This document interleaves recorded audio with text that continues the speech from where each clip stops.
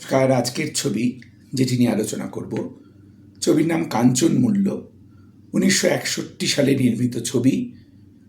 কাহিনী বিভূতিভূষণ মুখোপাধ্যায়, পরিচালনা নির্মল মিত্র। ছবির সঙ্গীত পরিচালক ছিলেন নির্মলেন্দু চৌধুরী। গুরুত্বপূর্ণ কথা হচ্ছে এই ছবির প্রযোজনা করেছিলেন ভানু বন্দ্যোপাধ্যায় এবং ছবিতে প্রধান একটি গুরুত্বপূর্ণ চরিত্রে, একটি বাচ্চা ছেলের চরিত্রে অভিনয় করেছিলেন তার পুত্র গৌতম বন্দ্যোপাধ্যায়। সেই প্রায় এই ছবির সূত্রধর। ছবিটি বাংলার গ্রামের ছবি।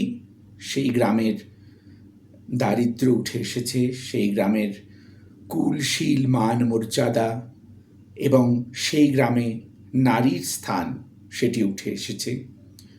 যে সময়কার ছবি, যে সময় গল্পটি যে সময়কার, সেটি হচ্ছে যখন বিদ্যাসাগর মশাই বিধবা বিবাহ প্রচলন করছেন। কাজে সে গ্রামের মধ্যে একদল মানুষ যারা বিধবা বিবাহের পক্ষে এবং একদল তার বিপক্ষে, তাদের মধ্যে একটা দ্বন্দ্বের জায়গা রয়েছে। এবং ছবিটির অনেক অংশ কিন্তু বেশ হাস্যরস জারিত, কোনো কোনো অংশ আবার খুব গভীর ভাবের আর কি।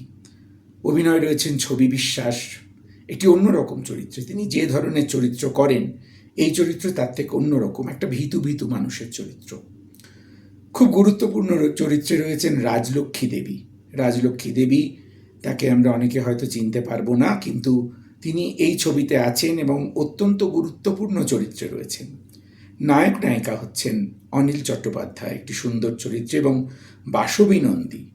এই ছবি তার অসাধারণ একটি ছবি। দেখা প্রয়োজন যে তিনি কত সুন্দর অভিনয় করতে পারতেন।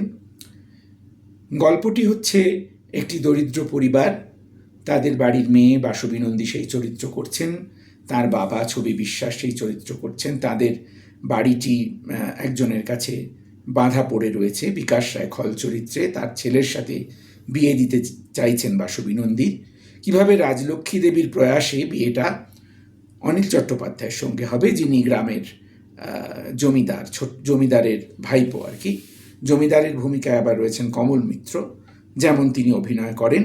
সব মিলিয়ে মজাদার ছবি। এবং এই ছবির মজা একটা আছে, সেটা হচ্ছে সূত্রধর যিনি, অর্থাৎ গৌতম বন্দ্যোপাধ্যায়, তিনি তো সূত্রধর। তিনি ছবিটিকে এগিয়ে নিয়ে যাচ্ছেন অল্প মিথ্যে কথা একজনের কাছে বলে, আবার অল্প মিথ্যে কথা আর একজনের কাছে বলে। অর্থাৎ যে চরিত্রে বাসবী নন্দী রয়েছেন তার কাছে কিছু মিথ্যে বলছেন, যে চরিত্রে রাজলক্ষ্মী দেবী রয়েছেন তার কাছে কিছু মিথ্যে, অনিল চট্টোপাধ্যায়ের কাছে কিছু মিথ্যে, ভানু বন্দ্যোপাধ্যায়ের কাছে কিছু মিথ্যে। ভারী সুন্দর মজার ছবি এবং সমাজের দর্পণ। বারবার বলি, বাংলা ছবির যে স্বর্ণযুগ, অর্থাৎ 50, 60, 70-এর দশকের যে যুগ, সেই যুগের ছবি কত উঁচু মানের হতো, কত সুন্দর হতো, সেগুলো দেখার জন্য দেখুন এই ছবি কাঞ্চন মূল্য। ছবির শেষে ছবির মানেটিও বুঝিয়ে দিচ্ছেন রাজলক্ষ্মী দেবী।